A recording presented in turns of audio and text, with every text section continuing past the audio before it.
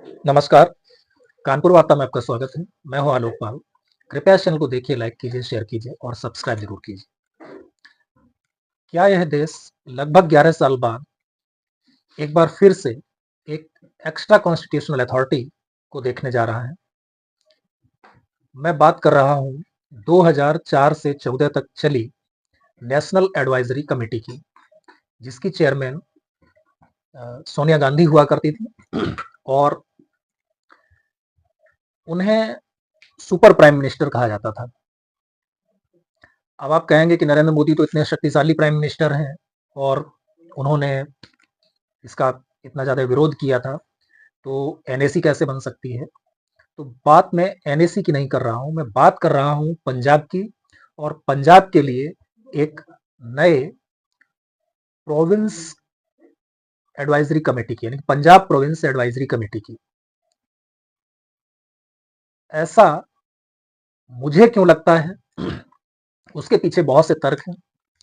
आपने देखा होगा कि जब से दिल्ली चुनाव के परिणाम आए हैं, उसके बाद से लगातार पंजाब चर्चा में बना हुआ है।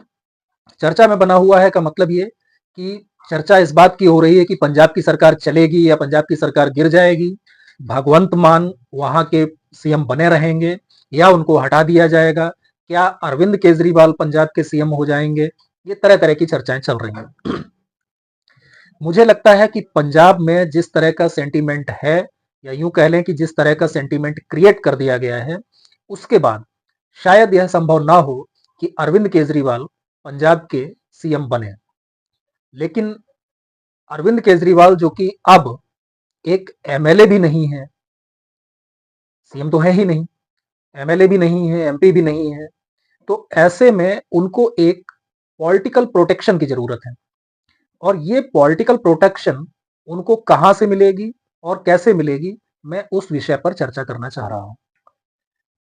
देखिए, अरविंद केजरीवाल कई केसेस में फंसे हुए हैं, खासतौर से उनके ऊपर जो लिकर स्कैम का केस है दिल्ली में, जिसमें कि वो जेल में भी होकर के आए हैं और अभी जमानत पर रिहा है। वो अभी तक क्या था कि अरविंद केजरीवाल दिल्ली के मुख्यमंत्री थे, और दिल्ली के मुख्यमंत्री के रूप में वो जो अपना केस लड़ रहे थे सुप्रीम कोर्ट में, बहुत बड़ी बड़ी वकीलों की उन्होंने फौजें की हुई थी, जिसमें से बहुत बड़े नाम थे, खासतौर से अभिषेक मनु सिंघवी, जिनका बताया जाता है कि वो बहुत बड़ी फीस लेते हैं। तो उनको वो फीस कहां से देंगे? अरविंद केजरीवाल ने कोई 2 नंबर के धंधे किए होंगे, लोगों की नॉलेज में नहीं हो तो वो बात अलग है। अदरवाइज अरविंद केजरीवाल की आर्थिक हैसियत ऐसी नहीं है कि वो इतनी बड़ी टीम वकीलों की खड़ी कर सकें, जिसमें अभिषेक मनु सिंघवी जैसे कई वकील हों और वो केस लड़ सकें। जब तक वो दिल्ली के मुख्यमंत्री थे, तब तक वो दिल्ली स्टेट के खजाने से पैसा दे रहे थे। उनका मानना ये था कि जो केस है वो मुख्यमंत्री पर है, इसलिए पैसा भी सरकार देगी, और पैसा सरकार दे भी रही थी, उन्होंने स्पष्ट रूप से इस बात को माना भी था। अब जबकि वो दिल्ली के मुख्यमंत्री नहीं रहे, अभी 2-3-4 महीने तक तो स्थिति ये थी कि जब वो दिल्ली के मुख्यमंत्री नहीं थे तो उनकी पार्टी की सरकार चल रही थी, आतिशी मुख्यमंत्री थी, और उन्होंने कहा कि मैं तो मुख्यमंत्री हूं ही नहीं, मैं तो खड़ा हूं, सरकार चला रही हूं। उन्होंने उनके चप्पल भी उस पर रखे चेयर पर, तो उन्होंने कहा मैं तो खड़ा हूं, सरकार चला रही हूं। तो उसकी जो स्थिति थी वो यही थी कि सरकार अरविंद केजरीवाल ही चला रहे थे। बस केवल यह था कि अरविंद केजरीवाल मुख्यमंत्री के रूप में डेजिग्नेटेड नहीं थे। अब चूंकि सरकार दिल्ली में बदल चुकी है और अरविंद केजरीवाल एमएलए भी नहीं रहे हैं, तो ऐसे में उनके पास एक दूसरे राज्य की सरकार है, और वह सरकार है पंजाब की। पंजाब में बताया जाता है कि आम आदमी पार्टी और खास तौर से भगवंत मान की सरकार बहुत तेजी से अलोकप्रिय हो रही है। तो अगर भगवंत मान की सरकार अलोकप्रिय हो रही है, तो वहां पर एक दूसरा ऑप्शन यह हो सकता है कि भगवंत मान को हटा करके वहां कोई दूसरा सीएम बना दिया जाए। लेकिन क्या अरविंद केजरीवाल इस तरह का कोई रिस्क ले सकते हैं? ये बहुत बड़ी बात है, क्योंकि अरविंद केजरीवाल और गांधी फैमिली, यानी कि सोनिया गांधी, राहुल गांधी, अगर भूतकाल की बात करें तो सोनिया गांधी को ले लीजिए। इन दोनों में एक बहुत बड़ी समानता है, वो ये कि ये पार्टी पर और पार्टी की राजनीति पर पूरी तरह से अपना कब्जा रखना चाहते हैं। और अगर वो किसी को कोई पद देते हैं जो कि प्रभावशाली हो, जिसके पास अथॉरिटीज हो, तो वो पद वो किसी ऐसे आदमी को देंगे जो उनके लिए एक मोहरे की तरह काम करे, ना कि वो स्वयं में एक अथॉरिटी बन के काम करे। यानी कि पीछे से सरकार चाहे पंजाब की हो चाहे दिल्ली की, वो अरविंद केजरीवाल ही चला रहे थे और अभी भी वो चलाना चाहेंगे। तो सवाल ये उठता है कि वो पहले भी चला रहे थे, अभी भी चलाएंगे, तो इसमें ये नई बात कहां से आ गई कि एक वो पंजाब प्रोविंस एडवाइजरी कमेटी बनाने की।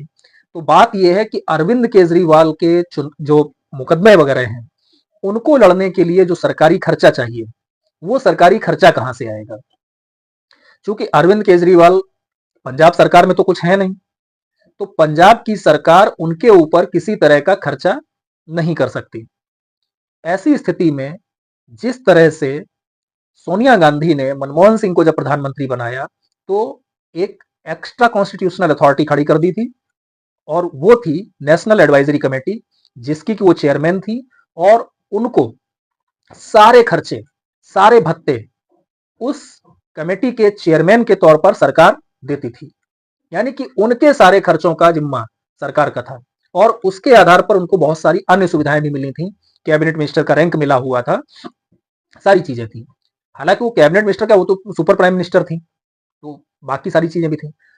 एक बहुत बड़ी चीज ये थी कि वो जो कमेटी बनी थी, नेशनल एडवाइजरी कमेटी, तो उस नेशनल एडवाइजरी कमेटी में सबसे बड़ी बात यह थी कि वो भारत सरकार की किसी भी फाइल को कभी भी मंगवा सकती थी, देख सकती थी, उस पर अपनी एडवाइस दे सकती थी, और सरकार की किसी योजना को आगे बढ़ाना है, रोकना है, क्या करना है, उसको सोनिया गांधी के यहां से पास होकर के जाना होता था। यानी कि नाम में उसके एडवाइजरी कमेटी था, लेकिन एक्चुअली वो एडवाइजरी कमेटी नहीं थी, वो अथॉरिटी थी। मनमोहन सिंह ने 10 साल तक 2004 से लेकर 2014 तक जिस तरह से एक कठपुतली के रूप में काम किया था, उसका सबसे बड़ा कारण ये एनएसी था। अब वही चीज पंजाब में अरविंद केजरीवाल कर सकते हैं, और उनके सामने चूंकि उदाहरण है कि पहले ऐसा हो चुका है देश में, और उसको लेकर के भारत के सुप्रीम कोर्ट ने या किसी हाई कोर्ट ने किसी तरह की कोई रोक नहीं लगाई थी। लोग गए थे कोर्ट में, लेकिन कोर्ट ने कोई रोक नहीं लगाई थी। तो ऐसी स्थिति में अब अरविंद केजरीवाल के पास एक उपाय है कि वो अपने खर्चे, अपने मुकदमों के खर्चे, और पंजाब में सरकार अलोकप्रिय हो रही है, इस बहाने से एक एडवाइजरी कमेटी पंजाब में थोप सकते हैं, जिसके वो चेयरमैन हो सकते हैं, और कुछ लोग उनके एडवाइजर या उस कमेटी के मेंबर हो सकते हैं। इससे होगा ये कि उन लोगों को पंजाब सरकार की तरफ से एक पॉलिटिकल प्रोटेक्शन भी मिल जाएगा, और एक कॉन्स्टिट्यूशनल प्रोटेक्शन भी मिल सकता है। कॉन्स्टिट्यूशनल कितना मिलेगा मुझे नहीं पता, लेकिन पॉलिटिकल तो मिल ही जाएगा। उस स्थिति में अगर अरविंद केजरीवाल को दोबारा जेल में जाना पड़े या किसी अन्य केस में जाना पड़े, ऐसा माना जा रहा है कि बहुत सारे केसेस हैं जिनमें अरविंद केजरीवाल जेल जा सकते हैं, उनके अगेंस्ट जांच होगी, और माना जा रहा है कि उनमें से कई में वो फंस सकते हैं। तो ऐसी स्थिति में अरविंद केजरीवाल के लिए ये बिल्कुल पॉसिबल है कि वो ऐसा कोई कदम उठाएं।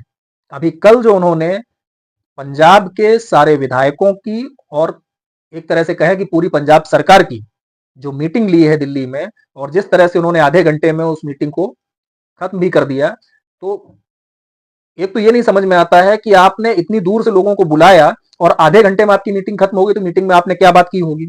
तो मुझे नहीं लगता है कि उन्होंने कोई खास बात की होगी। एक सामान्य उन्होंने जो कॉलम फिलअप करने जैसी चीज होती है कि हमने सबको बुला लिया और ये केवल दिखाने का एक होगा कि अभी भी पार्टी पर कंट्रोल हमारा ही चलेगा, इसके अलावा कोई ज्यादा मुझे समझ नहीं आ रहा।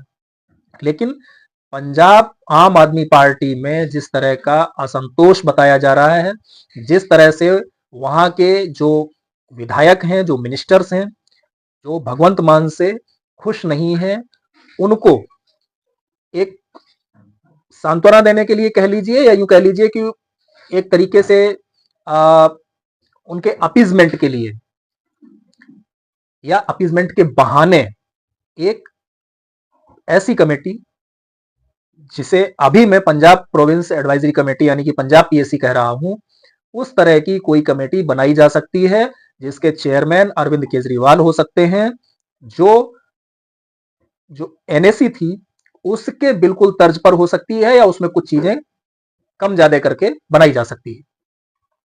इस बात की पूरी संभावना है। आपकी इस पर क्या राय है? क्या जो कुछ पिछले 3-4 दिनों में मीडिया में चल रहा है पंजाब को लेकर के, वो सच है, या जो मैं सोच रहा हूं वो ज्यादा सच हो सकता है? इस पर आप अपनी राय कमेंट के माध्यम से जरूर दीजिए। बहुत बहुत धन्यवाद। नमस्कार। आपसे एक बार फिर से अनुरोध है कि कृपया इस चैनल को सब्सक्राइब कीजिए। नमस्कार।